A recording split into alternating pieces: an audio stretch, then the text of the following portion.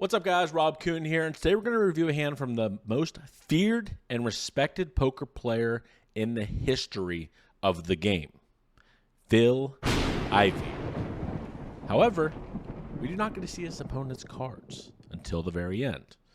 Without any spoilers, let's get in the action. Mike thinks.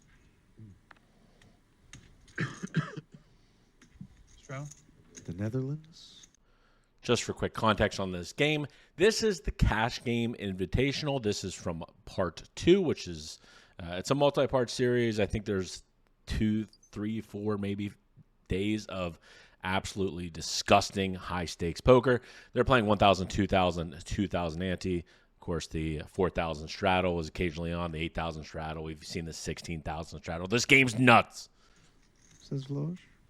Don't think those two are for me. Melbourne Jedi Knight came with a good one, but the problem is probably want to have a few he says Kona, Hawaii, the Big Island, which I've been to What's up with my lighting here? annually for some time now. You get island fever. I swear I'm not this pale, guys. You know, all of a sudden that like extraordinarily beautiful paradise vibe just turns into where you live, and you start to take it for granted, and then you realize, man, there's not a lot to do once I've done everything. I hear you. First from November, spring is So good. Tan made it 12K, defended by Ivey, flopping bottom 2. This is good. Not sure what Tan's got, but we do know a lot of heart is always a part of the equation. First Melbourne Cup is And a this huge board race. texture sees him following through for 15,000 after Ivey defends. On the Jack 10-6 two-heart board, Schwan bets 15,000 into 29,000. And Ivey has a bit of a decision to make. Does he want to check raise? Does he want to call? Ivey kind of plays the player. He said this in many, many interviews. He does a little bit of studying, but his studying is a little bit different than, my nerd studying and Oh, my great good God. of game theory and all that. He plays the player a lot more. And he thinks Tan Schwan is very wide, which we've seen countless times if you watched any of these Triton games. He's very, very aggressive. Ivey goes for the trap with bottom 2 pair. Let's take a turn. Did his straddle. And a lot of He's good content to racing. play it as a check call. Racing. Great turn card for Ivey. Yeah, really nice 4 of clubs here. Mainly flat. We have only silver trace in the winter. A few. Not many. We know Tan plays They're very few. extremely wide ranges. A little validation Really from just Randy Lou bet there. relentlessly. Obviously, 10-6 would go nowhere. Of course, opening the button in his range can be the deck, right? Horses price, it's horses, yeah. So it's unclear where Tan's at. Because, The Ivey, so horses going up every year. I guess we're asking, do we check raise or check call? But the thing is, if you check raise this turn, you're kind of just letting your opponent know you've got a Looks big one. outstanding. Outstanding, but I mean, yeah. Looks outstanding, but, we're getting... On the 4 of clubs turn, Schwan bets 53,000 and 59,000. And Ivey has a bit of a decision to make. Personally, I like just calling. I don't think it makes a lot of sense to go for the check raise, as you are repping Jack 4 suited, maybe a called pocket 4s on the flop. It's very hard to bounce your range here, and I think a lot of players here tend to overplay their hand and get people to hero fold. Ivey goes for the call, and the reason he's going for the call is because he's not really worried about what Tan can possibly have here. Let's just say he has King 3 of spades or something like that. Well, let him bluff, right? Personally, for me, I would just always go for the call and move on to the river. You're looking to fade dangerous rivers.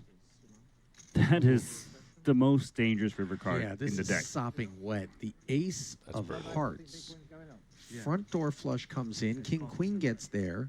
I think it's Better going two pair? Ace jack gets there. You'll be surprised. We'll just pop one day, get a new Pocket record. aces, for that matter, get there. course, So and he- Tan's got it.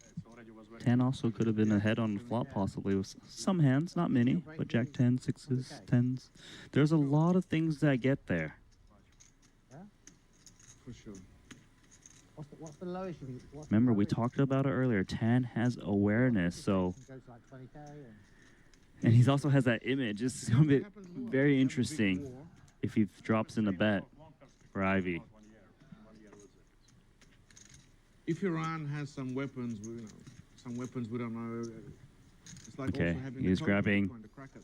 $200,000 splashy and bet. 265. This is gross. Over bet, and a huge one at that.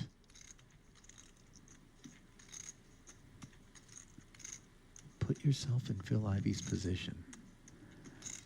With just 10s and 6s, which have turned into a bluff catcher. This is not some sort of one pair value per.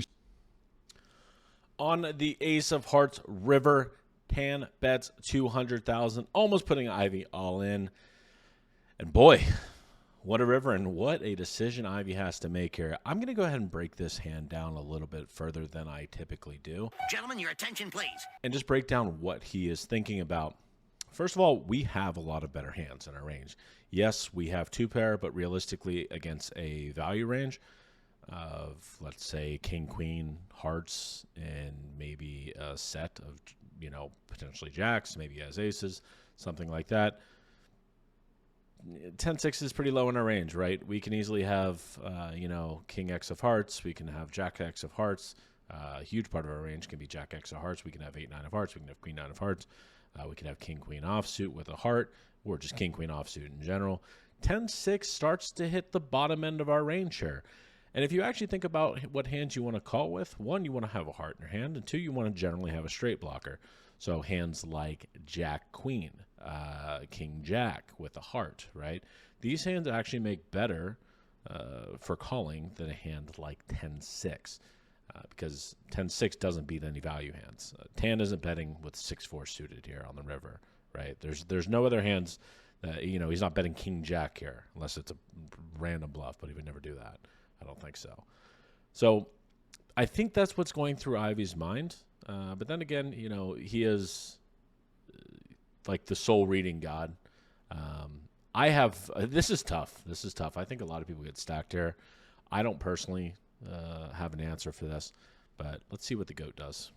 Suit from Tan. I feel like he's never wrong. No, in his definitely not one decisions. pair that Tan is repping. He's repping a flush. Sorry? Some king queen, of course. Now, Ivey is one of the greatest in terms of sniffing out bluffs. He's done it so long throughout his career in poker. He's also made incredible laydowns.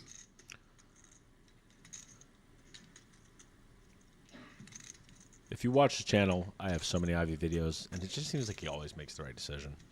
If he calls, Tan has king high. If he folds, Tan has the nuts. It's just like crazy.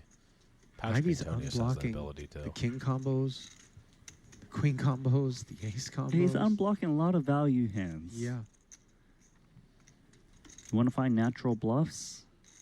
For Tan, we're looking at queen 9 and 8-9. But It'd have to be with a it's queen not 9 just with a natural heart. bluffs that Tantrum can show up with. He can really just show up with some random garbage. 8-7 maybe.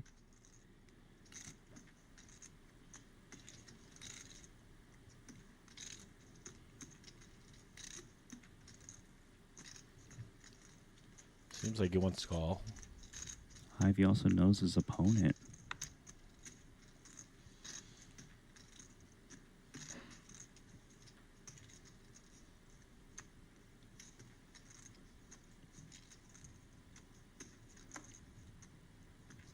These are the spots, and we don't know whether or not Ivey is going to make this call, but where Tan oftentimes Wow. will get paid off. He happened to have it this time.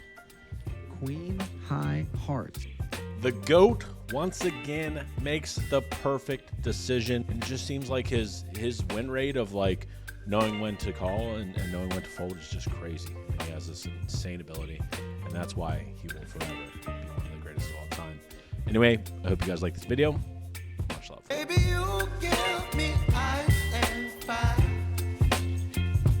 You're giving me wind and rain. You're some kind of butterfly. Baby, you give me fear. whip up my appetite.